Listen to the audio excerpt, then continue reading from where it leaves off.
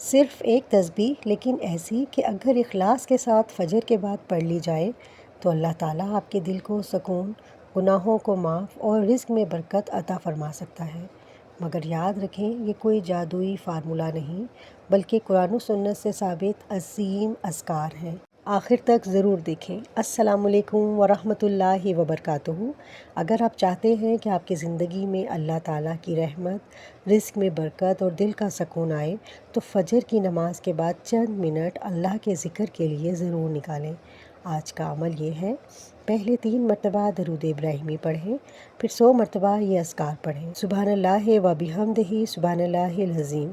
اس کے بعد 100 مرتبہ استغفر اللہ پڑھیں، پھر آخر میں دوبارہ 3 مرتبہ درود ابراہیمی پڑھیں۔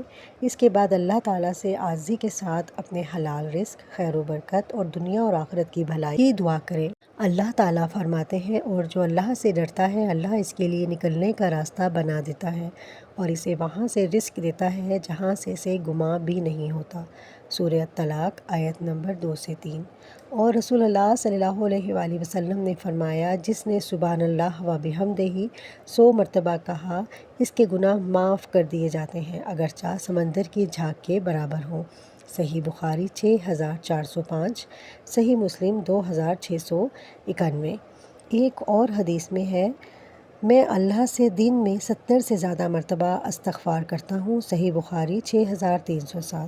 قرآن مجید میں حضرت نوح علیہ السلام نے فرمایا، اپنے رب سے استغفار کرو، وہ تمہیں مال اور اولاد سے مدد دے گا۔ سورہ نوح آیت نمبر 10 سے 12۔ میرے عزیزو، یاد رکھیں، ذکر اور استغفار اللہ کی رحمت، مغفرت اور برکت کے اسباب ہیں، لیکن رزق، دولت اور کامیابی صرف اللہ تعالیٰ کے اختیار میں ہے۔